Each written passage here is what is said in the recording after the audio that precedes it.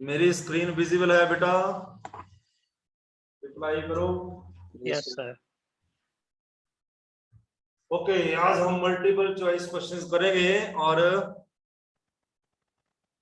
Attendance आपकी last minute में record होगी, एक बार मिड में और एक बार स्टार्टिंग में। मैं किसी बच्चे को बीच में पूछ भी सकता हूँ। क्लास में रहें और ऑनेस्टली जैसे एक्चुअल क्लासरूम में बैठते हैं वैसे ही सोचें, सिर्फ टीचर ही सामने नहीं है, बोर्ड सामने। Question number 11, identify the vector quantity among the following, which is the right option?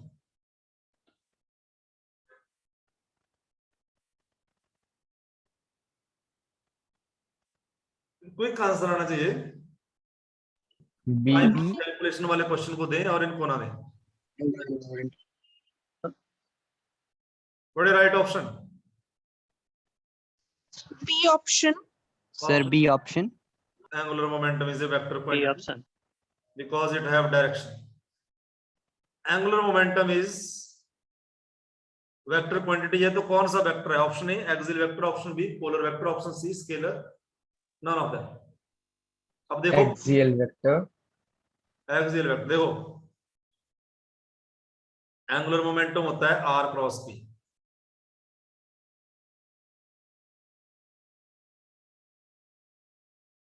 Are cross P,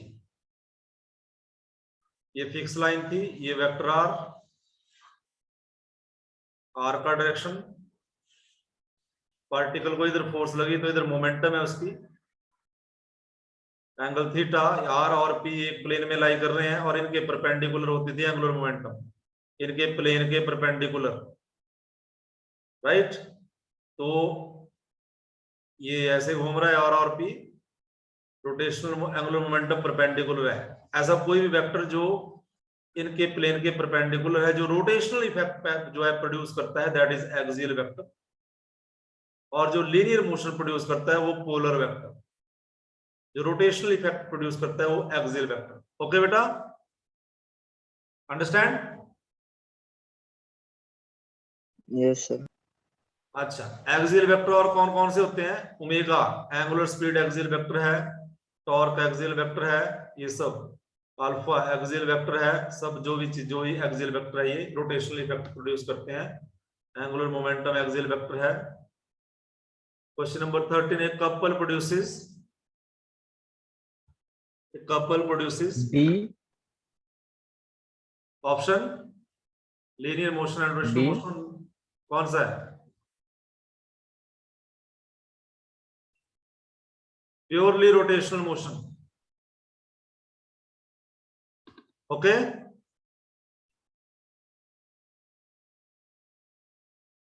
next पे चलें।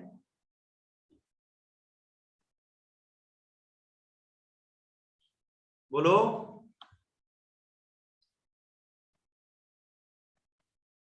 Yes, sir. Yes, sir. Reply करना है बेटा फास्ट, जितना जल्दी रिप्लाई करोगे उतने ज्यादा हम क्वेश्चन कर पाएंगे। A wheel has angular acceleration alpha 3 radian per second square, initial angular speed omega nought होती है initial angular 2 radian per second. Unit का भी ध्यान रखना है। Time 2 second. It has rotated through the angle. हमारे पास लीनियर मोशन में फॉर्मूला था S is equal to ut plus half A T square, यहां बन जाएगा ये theta is equal to omega not T plus half alpha T square, आपको बताया गया है। फॉर्मूला लगाओ और आंसर बताओ मुझे, क्विक आंसर आना चाहिए। 10 radian.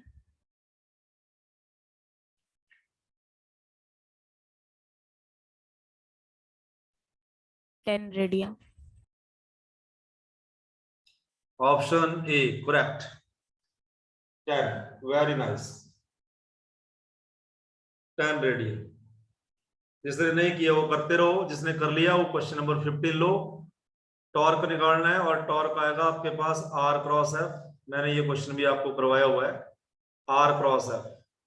आर ये ध्यान रखें, आर पहले लिखें, आई जे के यहाँ पे लिखो, इनके कंपोनेंट पहले आर के लिखने हैं कोफिशिएंट फिर एफ के, R cross F, not F cross R करोगे, कई बच्चे करते हो गलत हो जाता है।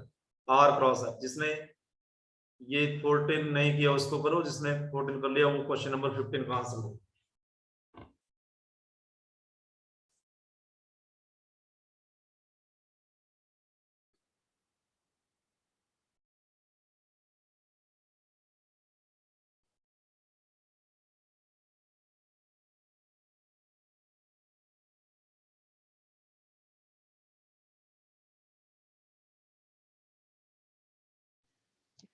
So 14 I cap minus 38 J cap plus 16 K cap.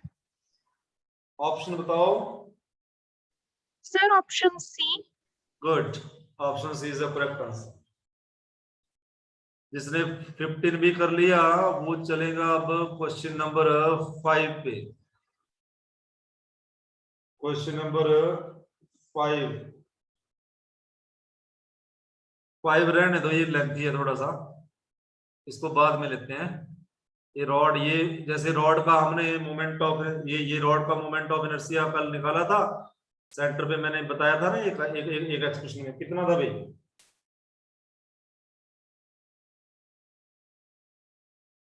Rod का यूनिफॉर्म रॉड, थिन रॉड का सेंटर पे मोमेंट ऑफ इनर्शिया, उसका क्वेश्चन है ये। इसको बाद में लेना, बाद में, ठीक है, पहले ये छोटे लेवल के क्वेश्चन करो। क्वेश्चन नंबर 6 करो। आपसे पूछा है the centre of mass of position vector R m1 r1 plus m2 r2 divide by m1 plus m2। ये फॉर्मूला लगाओ और पोजीशन वेक्टर का आंसर बताओ। आपको इस तरह का क्वेश्चन भी करवाया है।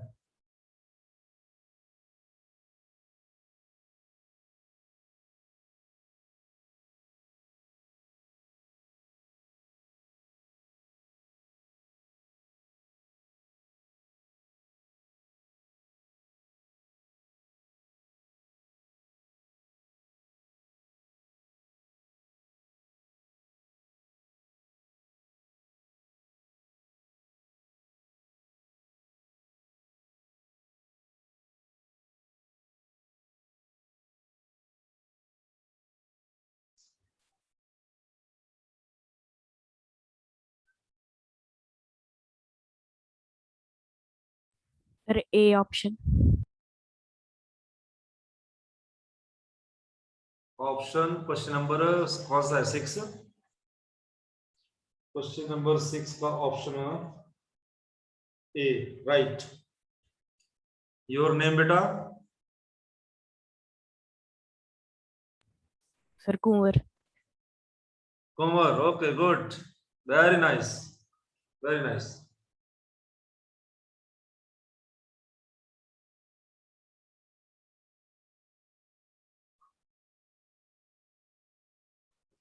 अगर आपने ये कर लिया तो आप नेक्स्ट क्वेश्चन भी कर लो फिर। और किस किसने कर लिया ये सेंटर ऑफ मास का, ये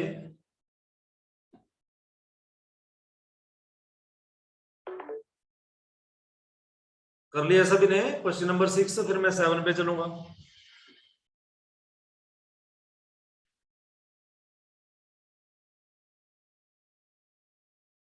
बोलो बोलो।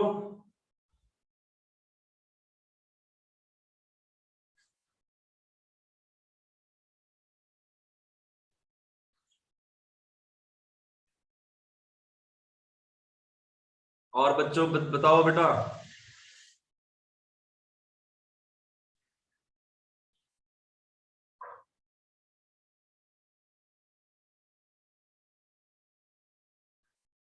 यशी का आंसर आ गया इसका 6 का। Yes, sir. आ गया बेटा आंसर? Yes, sir. आपकी आवाज नहीं आ रही है, सिग्नल नहीं आपके पास क्या? Sir, आ गया, मैं 7th कर रही हूँ अब। ओके बेटा, गुड। बाकी बच्चे भी 7th क्वेश्चन को मैं समझाता हूँ। बोलता है 3 masses are placed on X axis, ये है X axis, 3 masses 300 gram at the origin, ये है 300 ग्राम एट द ओरिजिन। ये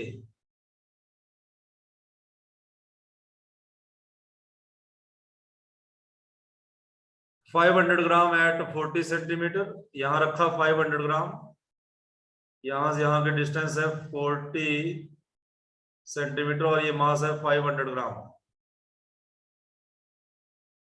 उसके बाद 400 ग्राम एट 70, 400 ग्राम ये है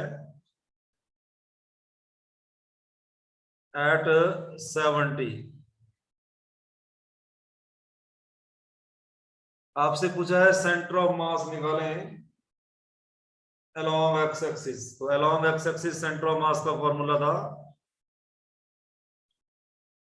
m1 x1 plus m2 x2, space कम है यहां पे,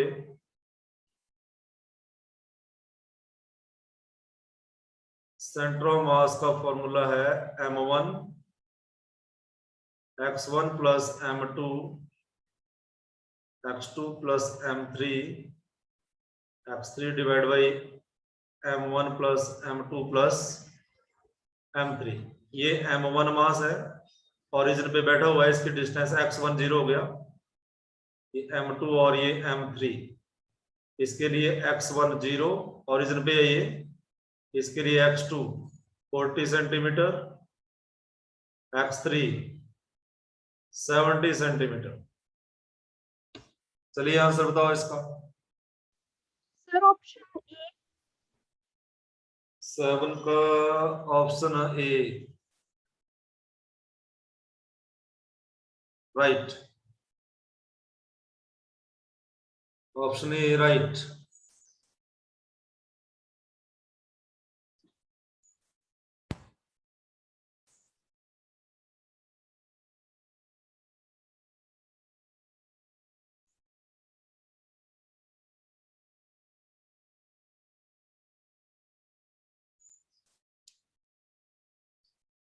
बाकी बच्चे भी करें, ये फॉर्मूला लगेगा और ये क्वेश्चन डायरेक्ट पेपर में पूछे जाएंगे, ध्यान रखें इसका।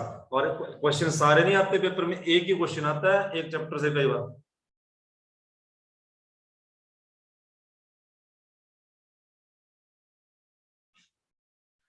चलिए क्वेश्चन नंबर 5 पे चलते हैं। अब 5 क्वेश्चन थोड़ा सा अलग है। क्वेश्चन है ए rod of length 3 metre,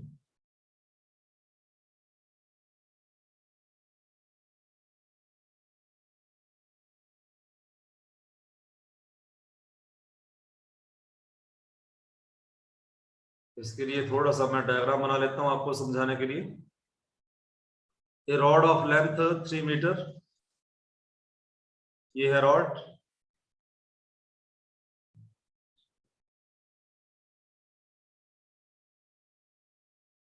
this is X axis, Y axis origin, यहां पे इसकी लेंथ 0, यहां पे एक्स 3 मीटर।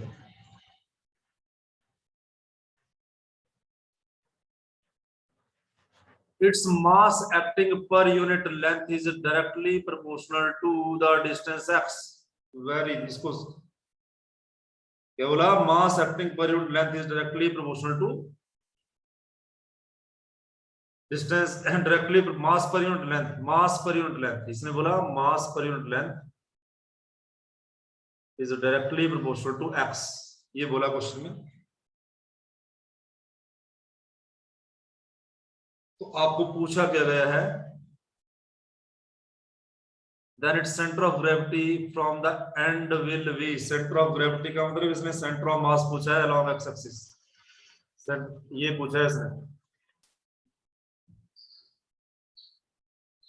अब इस क्वेश्चन को करने के लिए सपोज दैट हम क्या करते हैं, इसका एक छोटा सा एलिमेंट कट कर लिया, इसकी लेंथ dx है और ये x डिस्टेंस पे है ओरिजिन से, x डिस्टेंस पे, और ये जो dx एलिमेंट है इसका मास dm है। अब इसने बोला है मास, मास मास हो गया dm per unit length, length की जगह आ जाएगा dx is directly proportional to x। कितने डिस्टेंस पे है, x डिस्टेंस पे है, x। ये पॉइंट समझ में आया? पहले ये रिप्लाई करो, ये जो मैंने लिखा भी। बोलो बेटा।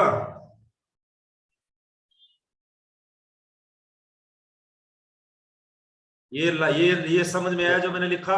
ये क्वेश्चन थोड़ा अपर लेवल का है।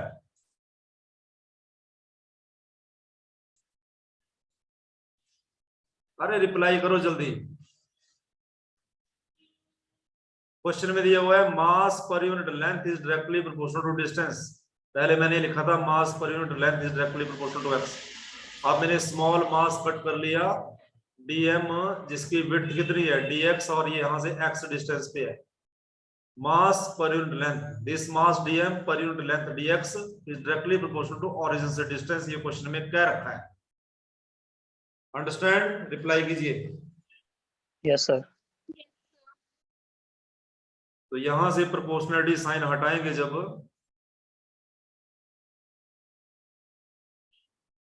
तो dm by dx is equal to kx, और फाइनली यहां से मैं स्मॉल मास की वैल्यू को कैलकुलेट कर लूंगा। dm मेरे पास कितना आ गया? kx dx। अब सेंटर ऑफ मास का मेरे पास फॉर्मूला तो एक्चुअली में ये होता है m1 x1 plus m2 x2 divide by m1 plus m2। इस केस में सेंटर ऑफ मास के लिए मैं फॉर्मूला फ्रेम कर रहा हूं f सेंटर ऑफ मास। जब एग्जैक्ट m1 और x1 की वैल्यू जब नहीं दी गई होती है तो क्या करना होता है? इट इज इक्वल टू, ये ऊपर प्लस के लिए मैंने साइन कर लिया, ये जो ऊपर प्लस लिखा है ध्यान से सुनना, ये जो प्लस लिखा है इसके लिए sign integration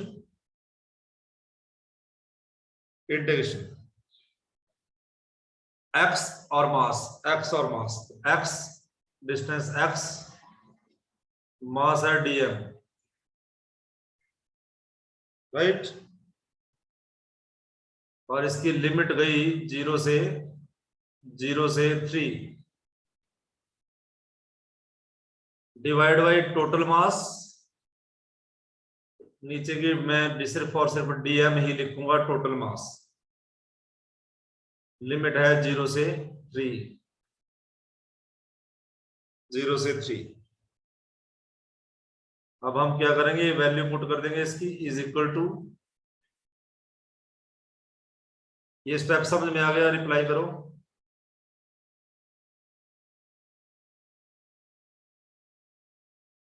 integration of 0 to 3 x dm। dm की वैल्यू पुट करनी है यहां से, kx dx। एक तो x है और एक kx dx divide by 0 to 3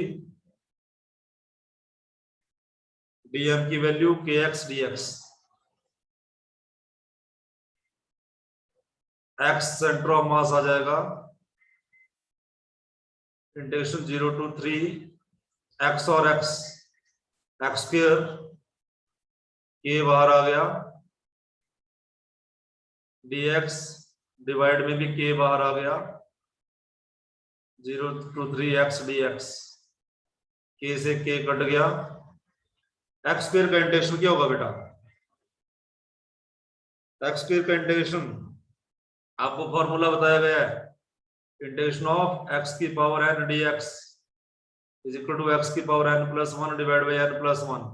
ये इंटीग्रेशन का फॉर्मूला है। तो ये बन जाएगा x की पावर 3 डिवाइड बाई 3, लिमिट गई 0 से 3 डिवाइड बाई, ये बन जाएगा x की पावर 1 है यहाँ पे 1 प्लस 1, 2x की पावर 2 डिवाइड बाई 2, लिमिट 0 से 3। ये पहले करवाए गए हैं, जिन बच्चों ने क्लासेस नहीं लगाई है उनके लिए मुश्किल क्वेश्चन होगा ये। अब आंसर बता दो, आप सॉल्व करके जल्दी जल्दी।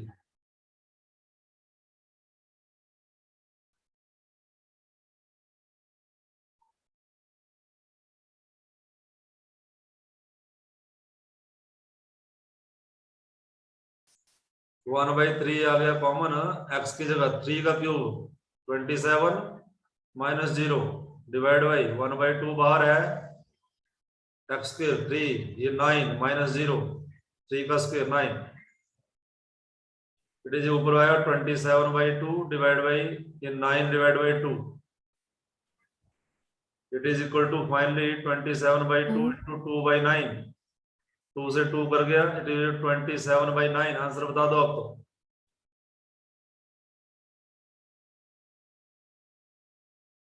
टू से 2 नहीं कटेगा भाई, एक 3 था यहाँ पे। एक मिनट ये 3 है, एक मिनट, एक मिस्टेक की यहाँ पे थोड़ी सी, ये 3 है ये 2 है, ये तो कैसे कटेगा? It is equal to 27/3 divide by 9/2, ये है। तो 27/3 इंटू 2/9, इसका आंसर बता दो आप कितना है? 2 sir 2 sir 2 2 metre. 2 metre option है कोई? Option B. Option B. ये थोड़ा सा अलग लेवल का क्वेश्चन था, तो ऐसे क्वेश्चन तो कॉम्पिटिटिव एग्जाम में पूछे जाते हैं, फिर भी मैंने आपको करा दिया।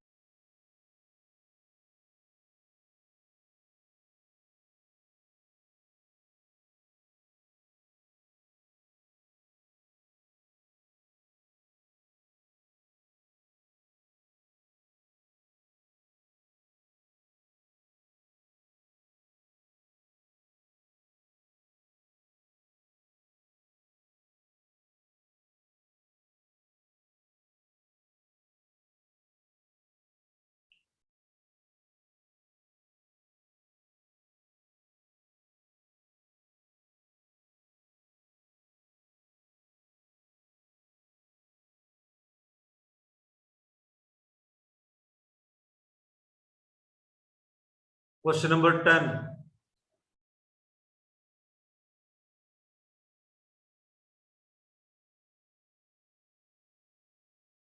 ये भी अच्छे लेवल का क्वेश्चन है, कॉम्पिटिटिव एग्जाम में पूछा गया है।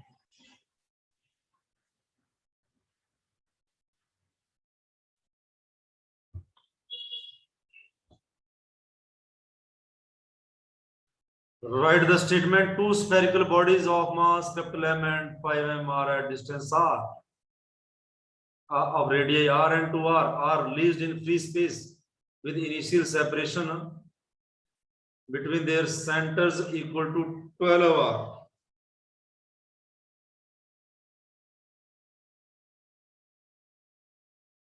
इसमें डायग्राम बनानी है। ये मास m, ये 5m,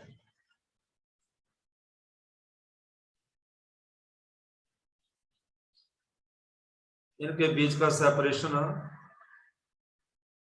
12r,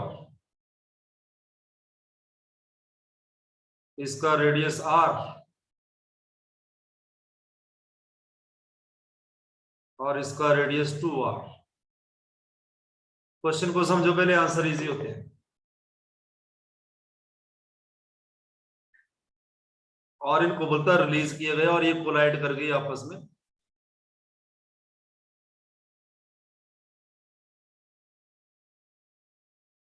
इसका रेडियस r है, इसका 2r है।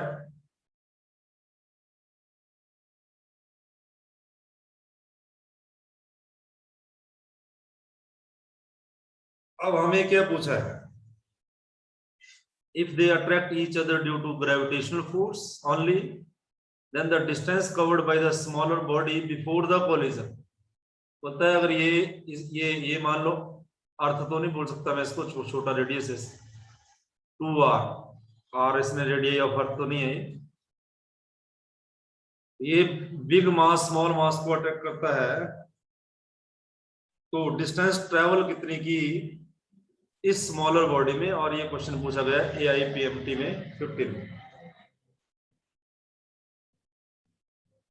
जब ये अट्रैक्ट कर रही हैं तो टोटल डिस्टेंस दोनों बॉडी ने कितना कवर किया, total distance covered by both bodies कितना होगा?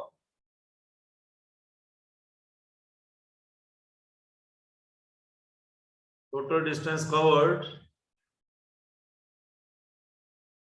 बाय बोथ बॉडीज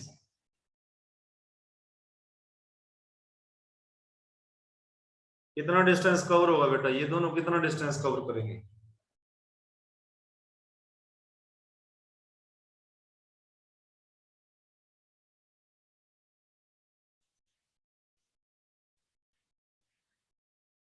कितने डिस्टेंस पे हैं ये?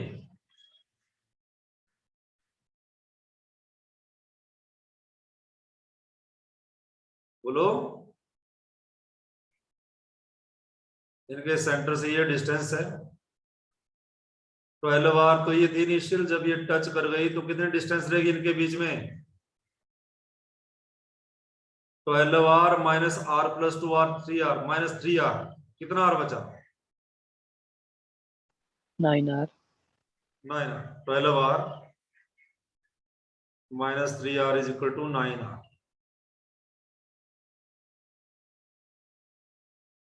अब देखो ये छोटा मास है और ये बड़ा मास है। अब बात होगी इनके सेंटर ऑफ मास की। इनका सेंटर ऑफ मास यहां जैसे लाई करेगा बड़ी बॉडी के पास, क्योंकि इसका मास तो कम है, इसका मास ज्यादा है। सेंटर ऑफ मास जब ये टच में आ गई तो सेंटर ऑफ मास रेस्ट पे आ गया, सेंटर ऑफ मास जो है रेस्ट पे आ गया। तो अपने को लिखिए as the bodies moves under gravitational force the center of mass remains, लिखो as the body moves the center of mass remains at rest।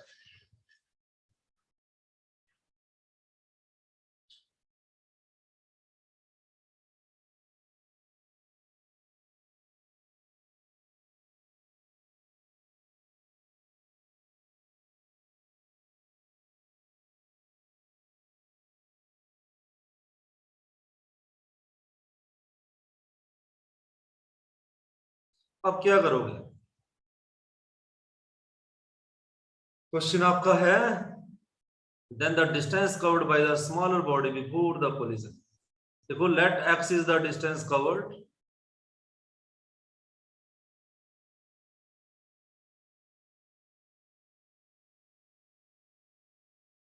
by smaller body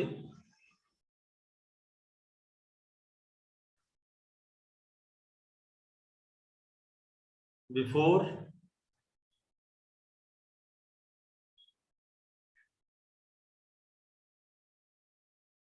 collision।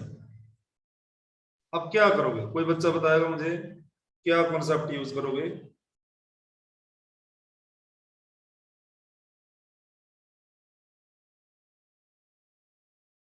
बोलो।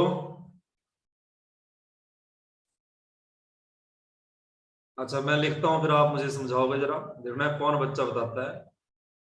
Mass of this body into distance covered, it is equal to mass of this body 5m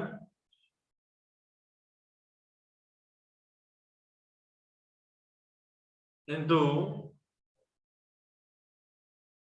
9r minus x। इसका मतलब समझा दो आप।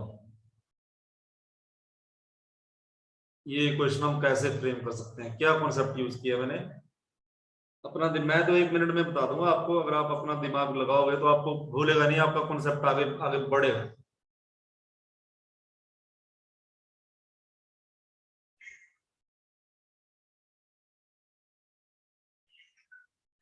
बोलो जल्दी, time कम रह गया है, it is less than 1 minute.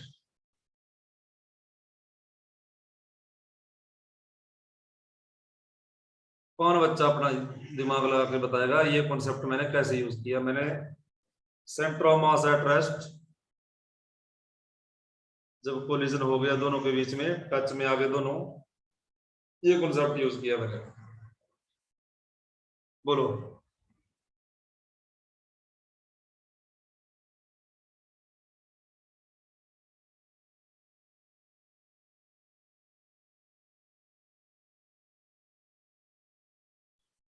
बोलो बेटा,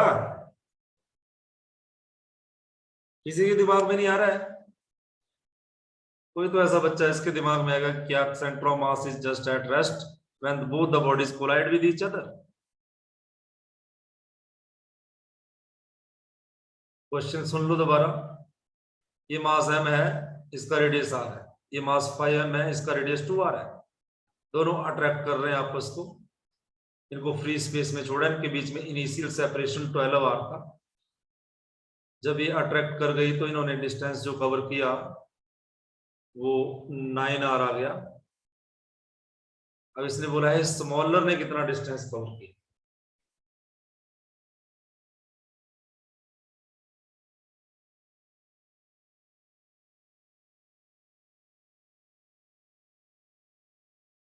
Mass into distance covered by the smaller body is equal to mass of the larger body into 9r। तो इनिशियल ये जो सेपरेशन था distance covered by both the bodies minus x कर दिया, क्योंकि x इसने कवर किया, x डिस्टेंस इसने कवर किया और इसने कितना किया 9r माइनस x।